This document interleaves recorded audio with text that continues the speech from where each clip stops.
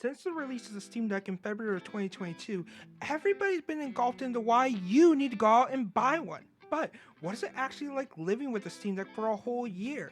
What are some things I have learned living with my Steam Deck? And what are some of my hopes and dreams for Valve moving forward from all this? Let's discuss it a little bit more and find out. Before we talk about anything else, let's discuss how it performs in real life scenarios playing a wide variety of games from smaller indie titles to full-fledged AAA games and everything in between.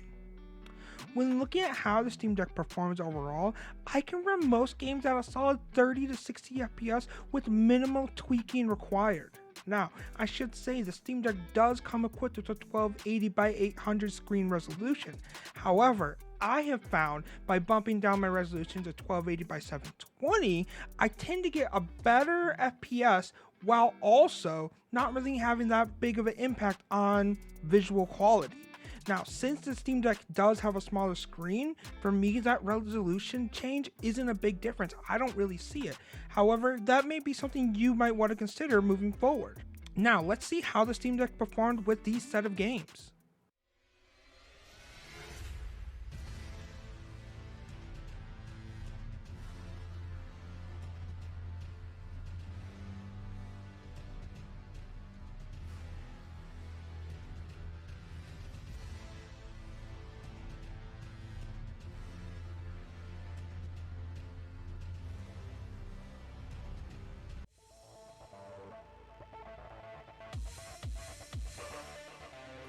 Welcome to the world of Street Fighter 3. Prepare for battle. Yeah. Knock you out as I stare at myself in the mirror, and the noises around me fade. No fear for my health, never give up. Though the voices around me say.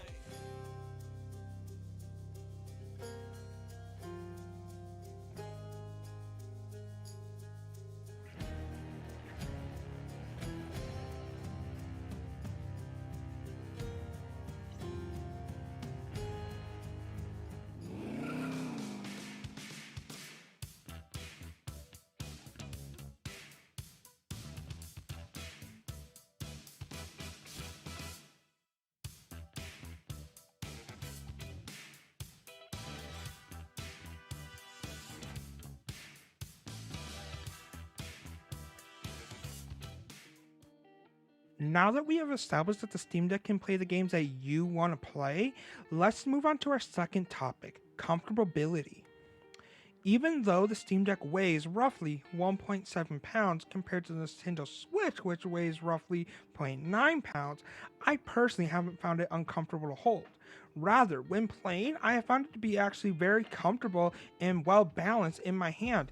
Even though the Steam Deck is made of plastic, it doesn't feel low quality, but rather on par with honestly a lot of modern first-party controllers and accessories found on the market today. And this leads us perfectly to our third topic, customizability. When it comes to the customizability of the Steam Deck, Valve has made comprehensive videos demonstrating how to open the Steam Deck and replace hardware such as the SSD or perform basic repairs. Now, I should mention, even though Valve has made these videos, they do not recommend that you perform them because by doing so and opening your Steam Deck, you void the warranty and anything that may happen after you do so is on you, so be aware of that. However, when it comes to the customizability, it is great to see that Valve does not only promote an open and accessible hardware device, but software too. The Steam Deck OS runs on a version of Arch Linux, and as a result is more or less Steam Big Picture mode running as an overlay. So if you would like to add third-party emulators or non-Steam game launchers to the Steam Deck, it is very easy to do so by going into the desktop mode instead, where you can add these different launchers or third-party emulators. And since the Steam Deck pretty much just runs in Big Picture mode, it's actually also improved for me a lot of my gaming experience on a Windows PC as well, since I tend to play on my PC with a controller rather than mouse and keyboard, and I tend to already put it in big picture mode anyway. So a lot of the developments that have gone into the Steam Deck recently has also made its way on over to Steam Big Picture mode on Windows devices. And one of the great additions Valve has added recently to their software is custom videos on startup. these may sound small and simple to the average person, but for me, they just add to the experience of having a much more grand experience when playing games. And since this is found through the Steam Deck's OS, it's also found on big picture mode on a Windows device or any other device. So if you have some extra points from purchasing games through Steam and you have no clue what to use them towards at the point shop, maybe consider buying a few startup videos and adding those on shuffle. That's what I've done, and it's honestly made it a lot more just enjoyable to boot up my Steam Deck or boot up my PC and see a different video play each time. But overall, just make me want to turn on my Steam Deck or my PC more and play more games.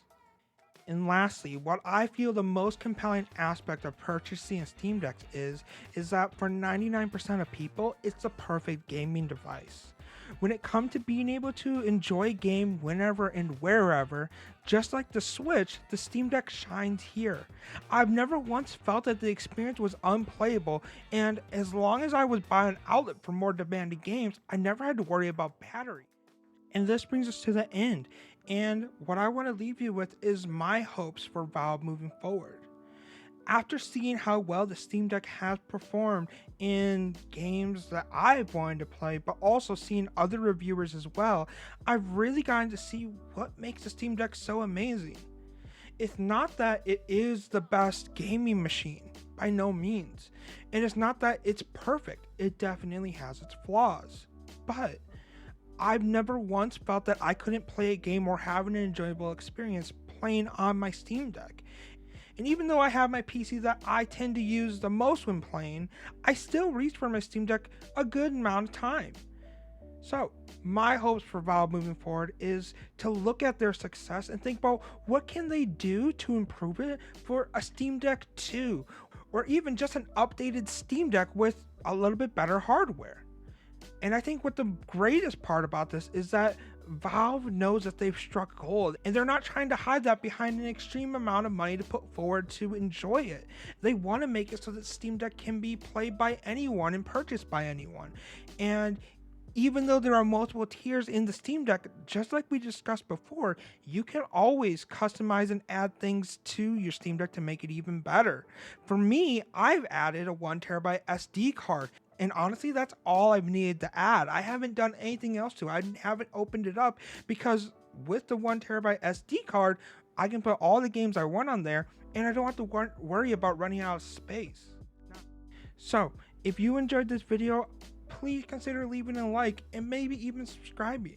And if not, that's fine too. I just appreciate you spending this time with us here today. So, with that, I'll see you guys next time. Peace out.